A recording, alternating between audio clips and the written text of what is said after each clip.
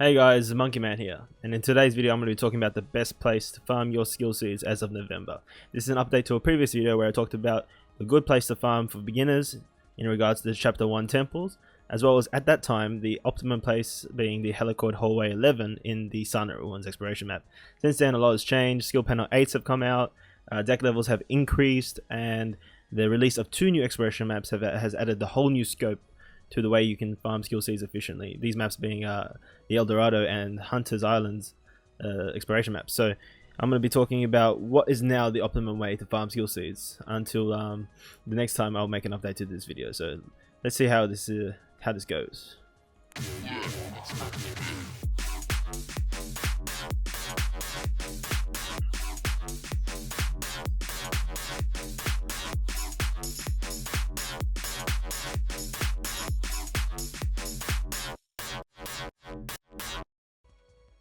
Alright guys, so at this current moment in time, there's a few ways you can farm skill seeds efficiently. I'm going to go through the 2 main ways. So if you were lucky enough to join in on the action of Mobius when they had the Final Fantasy Record Keeper event, then you will have access to some awesome cards that make farming skill seeds even easier. And this is the taunt cards. The taunt cards are pretty insane. They give you the maximum of the skill seeds possibly farmed from a 4-star card in one element. So for example, for this video I'm going to be showing you how I farm my blue orbs. So I'm basically farming blue orbs at the moment. It's Sunday, so you get maximum boost on all colors. So the best way to show you this is through the actual deck. So for example, with this deck I've just set up on my knight here. I was running 1 taunt to begin with and another 4-star card, but the deck level got so high, it nearly maxed deck level, that the place where I was farming was actually became 1 less difficulty, and that takes away a lot of the multiplier and makes it less efficient. So for a while now, the most efficient place to farm has been the Circumferring Gardens, only costing 3 stamina, 3 battles. It is probably one of the best places to farm. Until recently I was getting 500,000 each time I did this. At the moment my because of my J boosts, overboosts, and a lot of farming, my actual deck level has gone up, making it much harder. But the scores still have been pretty decent, I think, at least. If you're hitting 200k each run on this, you're pretty much sweet. Especially with an all blue farming deck with 2 taunts, you're pretty much getting the maximum skill seed possible. Let's just show you for an example. Yeah, so I'll just go with that. And it's audible as well, so it's auto battle. You can auto battle through this, and it can be farmed while you're doing other things, which makes it a very efficient way of doing it. And for 3 mana per battle, it's very, very cheap on your stamina, and will allow you to get the most optimum amount of skill seeds per stamina at this current time. But that is, of course, if you have access to the taunt cards.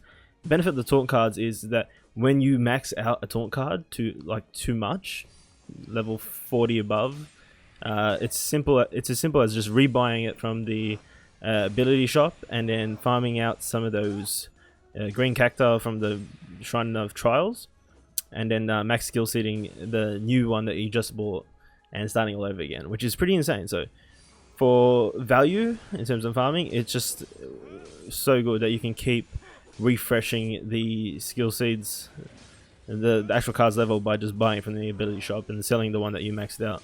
Always keep your main one with the actual extra skills unlocked in your deck, in your storage, so that way you don't sell that by accident. So, but for the sake of farming, these taunt cards are insane. So that was it. That was the whole battle of it. That was this whole scope of it, right? Now let's see how much I got from this. 1,122. That's exactly how much I need for 3 stamina. That's pretty good. People have been able to hit, I think, 500 to 1 million using assassin breaking classes and other ranger classes, because they focus on break. And if you bring a Sassanol or a Brave, if you get higher scores as well. So if you see those in your support options, get those. Another way of farming, if you're not so focused on which color you want and you want different colors, probably run the Brave and Sassanol combo on this place because it gives you higher scores for each auto attack. Susano and Brave are just insane combo items for farming skill seed. Let's talk about if you don't have those Final Fantasy Record Keeper cards. That's really important. A lot of people don't have them, and in that case, you know, it's going to be harder to farm the elements you want. Let's just get something else to replace those cards, and just normal, just one. Alright, so let's say you don't have it. It's going to be a lot harder to get the skill seeds you want and get the scores you want as well, because Taunt brings a whole new dynamic to it. But you should still be able to get a good score in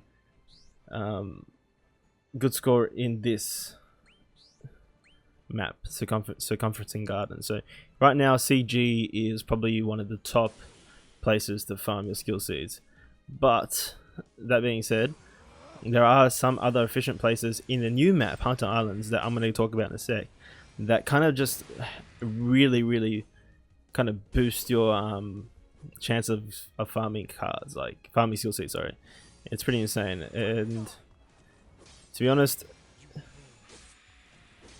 I will just get the map up right quick. I'm just gonna open the Discord up. So if you guys haven't joined the Reddit Discord, it's pretty good. A lot of people post good stuff there, and you know, it's where I found the information I needed for Mobius's stuff. There's always some good stuff there. Let's see if I can find the map.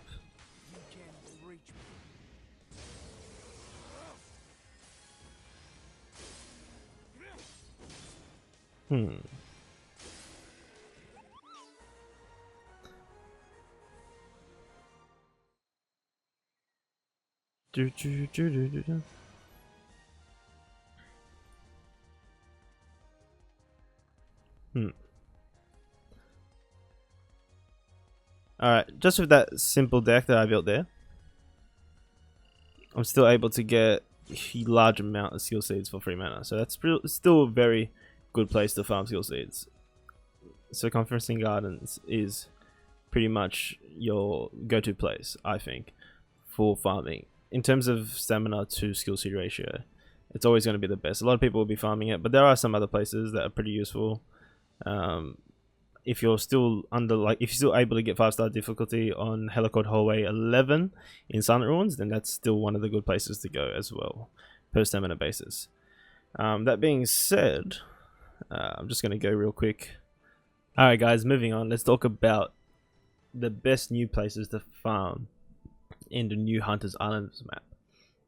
Now these are going to cost more stamina and be less stamina efficient. However, these will also come with a much easier way to farm elements using a single color deck, because these mobs literally spawn in mostly one color. So let me just pop up the map real quick that we need to see. This was given to me by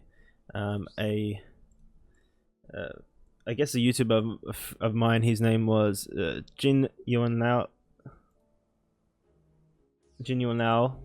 and this guy is a legend for showing me this map, because it opened my eyes to the greatness of this this new exploration map and why it's also good for skill seed farming in its own way.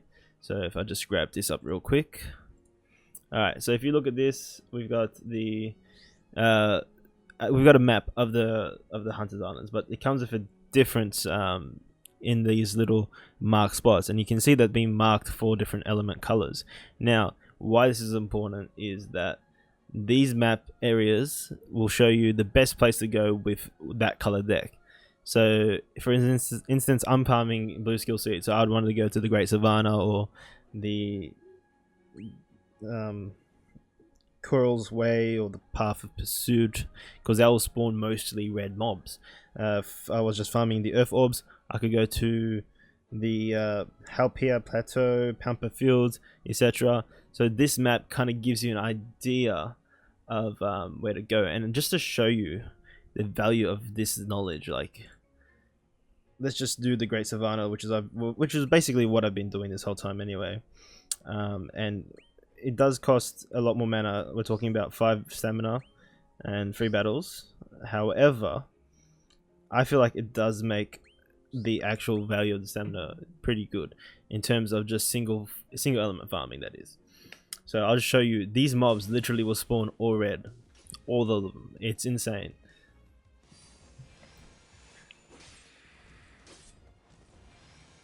So you can come into this with your single color deck and get the bonus elemental value, the most elemental damage, and that'll stack up on your score as well. It's far better to do it with a lower leveled deck, so that way you can get breaks as well and get those extra scores through the breaks. I'm just showing you quickly on my Dragoon that I use for farming. You can still get huge scores on your skill panel 8s too.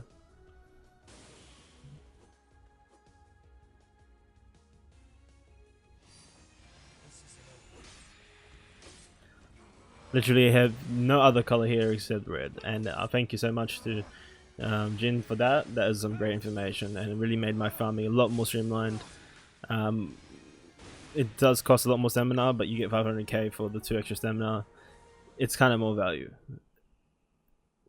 for my purposes at least.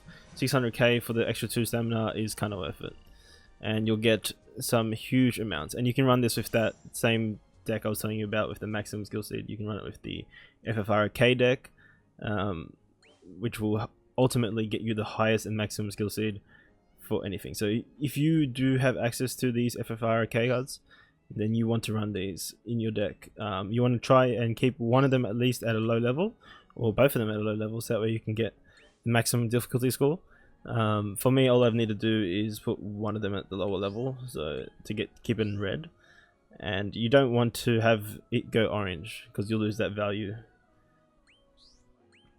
But yeah, you will get the maximum skill seeds in this way. So that's my update to the skill seed farming dynamic of Mobius and what you can do to help yourself farm. So don't forget to farm on Mobius days. So any day that's the 18th, 8th, 28th, be sure to be on and be playing, because you will get a lot of skill seeds that day. There's a huge boost on skill seeds. Mobius Day just passed for us. It was really good. So you know, I did a lot of farming there, got a lot of skill panels maxed out on a lot of different classes. I'm still trying to get the skill panel 8 on a lot of classes. I haven't been focused on the grinding, I've been very busy, but it's possible to do with these methods, like 3 days worth of farming in only 1.5 days or 1 day. And it's enough to get you skill panel 8, I think. It's a lot of work, it's a lot of grind. So, and if you have Alexas, you probably will be using Alexas, but Circumferencing Gardens or CG at El Dorado, and these locations in the El Dorado, Hunter Islands map will give you the optimum, I guess, skill seed ratio for the amount of skill seed you're going to put in. Circumferencing Gardens still the best because of its ability to, for some people, for some jobs, to get 500k plus. 500k to 1 million, with especially breaker classes. I've seen a lot of breaker classes get that in pretty manner. So if you can get those scores, then you're sitting at a lot. So you'll be farming in no time. You'll have the 30k for your next big unlock, and you can keep farming it. You'll have fun. And yeah, that's just some tips on how to farm skill seed. I'm sure there are better methods out there. This is just the method I use. So don't just keep my word for it. Always look for new methods. If you get one that's really good, share it in the comments below, because I really want to know for myself, for my own purposes as well, because I want to get the maximum skill seed so I can get some more of my jobs to skill panel 8, can look all fancy and stuff. So that'd be awesome. If you guys like the video, please give it a thumbs up, and if you want to see more of my videos, just subscribe. I'll be uploading videos whenever I can.